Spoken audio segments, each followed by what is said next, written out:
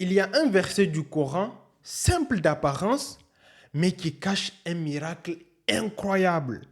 Une phrase dans laquelle Dieu a décrit un phénomène scientifique tellement complexe qu'il a fallu des satellites, des GPS et plus d'un siècle de recherche pour le comprendre.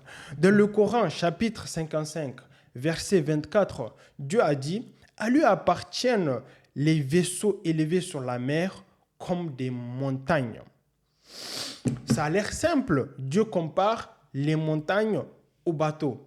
Mais pourtant, ça cache un phénomène que personne ne pouvait comprendre il y a 1400 ans. Regarde, c'est très simple et c'est incroyable.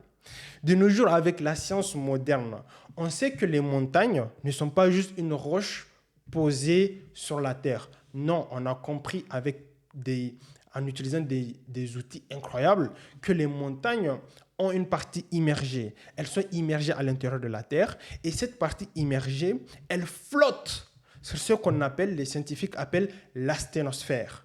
Elle flotte. L'asténosphère, c'est une roche, c'est une matière qui est visqueuse. C'est comme du caoutchouc chauffé, chaud. Ça se déplace lentement, ça a de l'âme. En fait, ça permet de flotter. Et c'est ça qui crée tous les glissements de terrain, les tectoniques de plaques, tout ça. C'est connu par les scientifiques, c'est très connu. Les montagnes ont une partie immergée et cette partie immergée flotte, tout comme les bateaux. Comment ça se fait que le prophète Mohammed sallallahu alayhi wa sallam, il voit les montagnes et il se dit, ces montagnes flottent comme un bateau flotte. Parce que c'est les scientifiques, aujourd'hui tu demandes à n'importe quel grand scientifique dans ce domaine, il va te dire que oui, les montagnes flottent, tout comme les bateaux. Et ce n'est pas fini. Une montagne, quand on commence déjà avec le bateau. Le bateau, quand tu charges un bateau, tu charges un navire, un cargo, tout ça, il va s'enfoncer dans l'eau, tu es d'accord? Quand tu le décharges, il remonte. Devine quoi? La montagne, quand tu la charges, par exemple avec du glacier, la neige tombe dessus, elle s'accumule. La montagne s'enfonce dans l'asténosphère. Le glacier fond, ok? Ce qui est fréquent partout dans le nord. Le glacier fond, la montagne se relève. Elle monte un peu plus. Tout comme le bateau. Comment ça se fait que le prophète Mohammed sallallahu alayhi wa sallam connaisse tout cela? C'est impossible. Il n'y a que celui qui a créé la mer, celui qui a créé les montagnes pour lui révéler cela.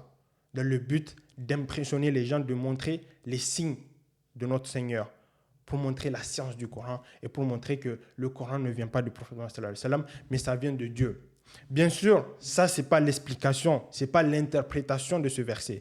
La vraie interprétation, celle de l'islam, c'est celle des savants classiques comme Ibn Kathir, comme Tabari. C'est ça l'explication. Cependant, l'explication qu'ils ont donnée, ils disent que Dieu a comparé les montagnes aux bateaux. Tout comme tu peux voir des montagnes qui sont gigantesques, tu peux voir les bateaux sur la mer gigantesques, tu peux voir les cargos gigantesques et qui se déplacent qui se déplacent grâce à la faveur d'Allah pour nous.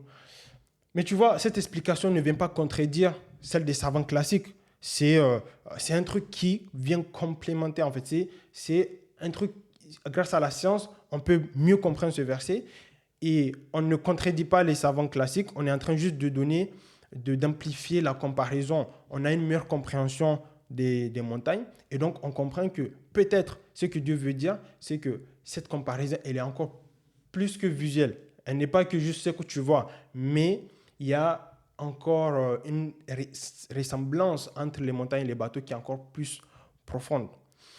Donc, si tu as apprécié cette vidéo, va regarder une autre vidéo dans laquelle j'ai expliqué un verset que personne ne comprend, un miracle du Coran. Et sinon, tu peux t'abonner ici pour plus de vidéos sur cette chaîne. Merci et je te dis à la prochaine, Inch'Allah. Assalamu alaikum wa rahmatullahi wa barakatuhu ta'ala.